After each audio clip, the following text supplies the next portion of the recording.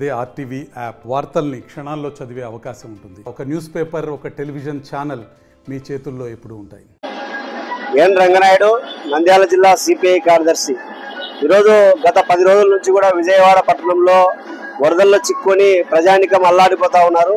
వాళ్ళకి ఈ రాష్ట్రంలో ఉన్నటువంటి ప్రజానికం అంతా కూడా అండగా నిలుస్తూ ఉంది. అందులో ముఖ్యంగా నంద్యాల జిల్లా ఆత్మకూరు పట్టణంలో కూడా వాళ్ళ పట్టణ పుర ప్రముఖులు, వ్యాపారస్తులు వారందరికీ బాసటగా నిలిచి 10 ప్యాకెట్ల బియ్యము, అదేవిధంగా బెడ్షీట్స్ కూడా వాళ్ళు సేకరించి చేయడం జరిగింది కమ్యూనిస్ట్ పార్టీ ఆధ్వర్యంలో. నిజంగా ఇది చాలా పెద్ద విపత్తు. ఈరోజు వేల కోట్ల రూపాయల నష్టం జరిగింది. అందరూ కూడా నిరాశ్రయంగా ఉన్నారు. తినడానికి తిండి లేదు, కట్టుకోవడానికి బట్టలు లేనటువంటి పరిస్థితుల్లో వాళ్ళ ప్రజానికం ఉన్నారు. వారిని ఆదుకోవాల్సినటువంటి బాధ్యత కమ్యూనిస్ట్ పార్టీ కూడా ఉందని చెప్పేసి ఈరోజు ఈ జిల్లా వ్యాప్తంగా కూడా బియ్యము, అదేవిధంగా ఉప్పు, పప్పు, బియ్యం అన్ని సేకరిస్తా ఉన్నాం, బట్టలు సేకరిస్తా ఉన్నాం, నిధులు సేకరిస్తా ఉన్నాం. వారందరికీ కూడా కమ్యూనిస్ట్ పార్టీగా అండగా ఉంటాం.